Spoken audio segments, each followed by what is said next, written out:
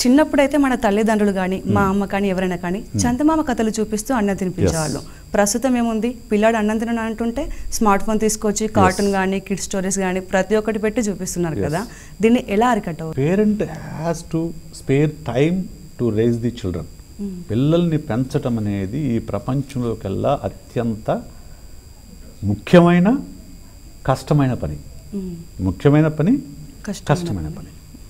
ముఖ్యమైన నేను ఎందుకంటున్నా అంటే, ఒక దేశం కానీ ప్రపంచం కానీ ముందుకు నడవాలి అంటే ఆ ఉండే ప్రజలపైన పౌరులపైన ఆధారపడి ఉంటుంది. ఆ పౌరుల్ని మనం ఎలాంటి పౌరులను తయారు చేస్తున్నాం అనేది పేరెంట్స్ చేతుల్లోనే ఉంది. చుట్టూ ఎన్విరాన్మెంట్ ప్రభావం ఉందా అంటే ఉంది, సొసైటీ ప్రభావం. కానీ ప్రధానంగా వాళ్ళ ఎదుగుదల పైన వాళ్ళ ఆలోచనలపైన ప్రభావం చూపించేది పేరెంట్స్.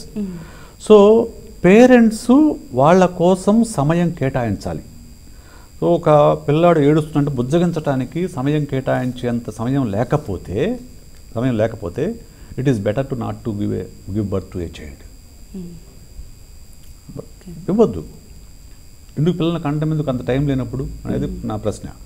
రెండోది కష్టమైన పని. ఎందుకంటే ఇప్పుడు మన చుట్టూ కూడా రకరకాల నేరాలు, ఘోరాలు ఇటువంటి జరుగుతూ ఉంటాయి.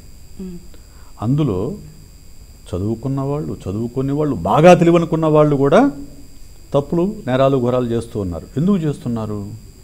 సో బికాజ్ ఆఫ్ చిన్నప్పటి నుంచి వాళ్లకు ఒక వాల్యూ సిస్టమ్ డెవలప్ కాకపోవడం కావచ్చు, ఆ వాల్యూ సిస్టంలో ఉండే లోపాల వల్ల కావచ్చు, అలాగే డబ్బు సంపాదించే చాలు, ఏది అవసరం లేదు అనే ఒక వాల్యూ సిస్టమ్ డెవలప్ చేయడం వల్ల కావచ్చు.